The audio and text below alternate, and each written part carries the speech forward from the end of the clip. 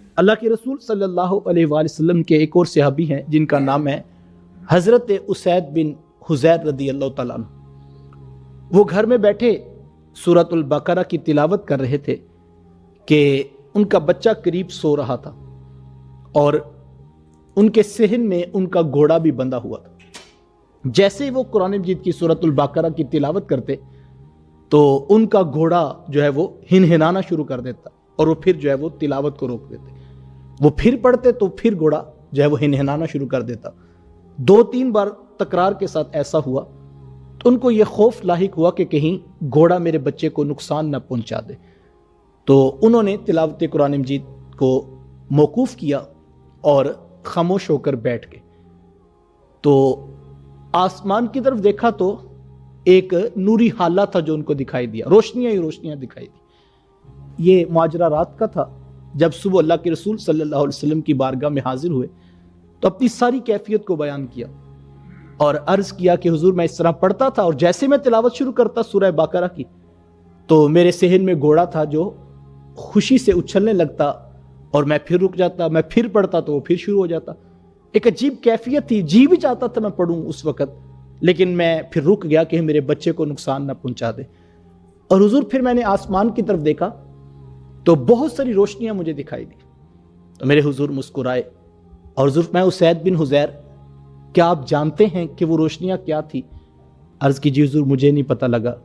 فرمایا اسید بن حضیر وہ اللہ کے فرشتے تھے جو سورہ بقرہ کی تلاوت سننے کے لیے آئے ہوئے تھے اور وہ آپ کی تلاوت سن رہے تھے، اور اگر اے اسید بن حضیر آپ تلاوت کرتے جاتے وہ ساری رات اترتے رہتے اور یہاں تک کہ صبح لوگ ان کو اپنی آنکھوں سے دیکھ لیتے۔ تو فرمایا کہ وہ اللہ کے فرشتے تھے جو سورۃ البقرہ کی تلاوت سننے کے لیے جو ہے وہ جمع ہو رہے تھے۔ تو یہ سورۃ البقرہ کی جو ہے وہ خوبصورت اور بابرکت آیات ہیں جن کو ہمیں ضرور یاد کرنا چاہیے۔ ایک حدیث کے اندر جو ہے وہ اللہ کے رسول صلی اللہ علیہ وآلہ وسلم نے فرمایا کہ سورۃ البقرہ کی پہلی 5 آیات اور آخری 2 آیات یہ ہم المفلحون تک اور پھر ادھر سے آمن الرسول سے آخر تک جو آخری رکوع بنتا ہے، تو وہ 2 آیات فرمایا کہ اس کو کم از کم ہم ضرور یاد کر لیں تو اس کی برکات جو ہے وہ نصیب ہوتی ہیں۔ اور فرمایا سورۃ البقرہ کے اندر ایک آیت آیت الکرسی ہے جو اتنی برکت کی ہے کہ حضور علیہ السلام نے فرمایا کہ یہ ڈائریکٹ رب کے عرش کے نیچے سے نازل کی گئی ہے۔ یہ اتنی برکت والی آیت الکرسی جو ہے وہ اس سورت کے اندر موجود ہے۔ تو برکتوں کا ایک خزانہ ہے جو اہل ایمان کو عطا کیا گیا ہے سورۃ البقرہ کی صورت میں۔ دنیا کا اصول یہ ہے کہ ہر شخص محنت کے بعد اور تعلیم اور درسگاہ میں پڑھنے کے بعد کسی منصب پہ بیٹھتا ہے۔ کبھی ایسا نہیں ہوا کہ ڈاکٹر کا بیٹا بغیر پڑھے ڈاکٹر ہو، آپ کے شہر کے بہت بڑے ڈاکٹر صاحب ہوں اور ان کا بیٹا کہے کہ چونکہ میرا باپ بہت بڑا ڈاکٹر ہے شہر کا لہٰذا مجھے بھی ڈاکٹر مانو، تو آپ کبھی اس سے میڈیسن لینے نہیں جائیں گے۔ آپ کہیں گے بیٹا آپ کا احترام، آپ کی رسپیکٹ اپنی جگہ پر، لیکن آخر یہ فیلڈ ہے، اس میں اسپیشلسٹ جو ہے وہ میڈیسن لی جاتی ہے۔ تو اس کا یہ مطلب نہیں کہ آپ کے باپ بہت بڑے ڈاکٹر تھے آپ بھی ڈاکٹر ہو۔ ہاں آپ پڑھے ہوں، آپ کے پاس باقاعدہ میڈیکل کالج کی ڈگری ہو، آپ کے پاس اسپیشلائزیشن ہو تو ہم بھی آپ کو قبول کریں گے۔ کبھی ایسا نہیں ہوا کہ انجینئر کا بیٹا بغیر پڑھے انجینئر ہو جائے، کبھی ایسا نہیں ہوا۔ کبھی ایسا نہیں ہوا کہ آپ کے شہر کے بہت بڑے حافظ قرآن ہوں اور وہ 30 سال سے بغیر غلطی کے قرآن سنا رہے ہوں اور ان کا بیٹا کہے کہ چونکہ میرا باپ اتنا بڑا پکا حافظ قرآن تھا آپ مجھے بھی اسی درجے کا حافظ مان لیں، تو آپ کہیں گے بھائی لڑائی جھگڑا کہ آپ ہمیں قرآن سنائیں اس سال تراویح میں، تو بات ختم ہو جائے گی، ہم آپ کا حافظ صاحب کہیں گے۔ یا جب ڈاکٹر کا بیٹا بغیر پڑھے ڈاکٹر نہیں ہوتا، انجینئر کا بیٹا بغیر پڑھے انجینئر نہیں ہوتا، حافظ صاحب کا بیٹا بغیر قرآن یاد کیے حافظ نہیں ہوتا۔ یہ مسند مشیخیت اتنی سستی تھی یار کہ ایک مرتا نہیں تو دوسرا اسی درجے پہ لا کے ہم بٹھا لیتے۔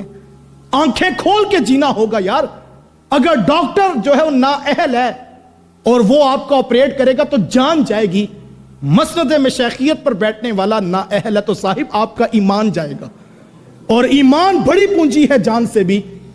ہمیں اس عنوان پر سوچنا ہوگا، ہاں کوئی ہو، ہمیں کیا اختلاف ہو سکتا ہے کسی سے، کسی کے اندر کیلیپر ہو، کوئی پڑھا ہو، کوئی علم کی راہوں کا مسافر ہو، کسی کا زہد و تقوی ہو، جو یہ کرائیٹیریا ہے، یہ سٹینڈرڈائزیشن موجود ہے۔ جو شخص اس ضابطے پہ آئے ہمارے سروں کا تاج ہے۔ ہم تو چاہتے ہیں ایسے لوگ مسند ارشاد پہ آئیں، ایسے لوگ منظر عام پر آئیں، لیکن ایسا نہیں ہو سکتا صاحب۔ وہ کیا کہا تھا؟ زاغوں کے تصرف میں ہے عقابوں کے نشیمن، میراث میں آئی ہے انہیں مسند ارشاد، زاغوں کے تصرف میں عقابوں کے نشیمن۔ تو ہمیں اپنے حصے کا کام کرنا ہے۔ یہ ہمیشہ ایسے ہوا ہے کہ لوگ بدگمان جب ہوتے ہیں تو سب کو ایک پلڑے میں تول لیتے ہیں، یہ بھی زیادتی ہے۔ ہمیں ایک پلڑے میں نہیں تولنا، ہمیں وضاحت کر کے دیکھیں، اگر کمبل کے اندر پسو پڑ گئے ہیں تو کمبل کو آگ نہیں لگائے گی، کمبل ہماری ضرورت ہے، اس کو جھاڑنا پڑے گا، اس میں سے پسوں کو نکالنا پڑے گا۔ اگر اس عنوان پر کوئی حضور غوث اعظم رضی اللہ تعالیٰ عنہ کا نام استعمال کر رہا ہے، کوئی بڑا قادری کا بورڈ لگا کر دین کے نام پر لٹیرا ہے، تو ہمیں ان سے جان چھڑا کر علم اور علماء کا اور دینی مدارس کا حمایتی بن کے کھڑا ہونا ہوگا۔ میں درست العلم حتی صرت کتبا، میں نے علم دین حاصل کیا، اللہ نے مجھے کتبیت کا درجہ عطا کر دیا۔ علم دین حاصل کیجئے، اپنے گھروں میں اپنی اولادوں کو دین سکھائیے۔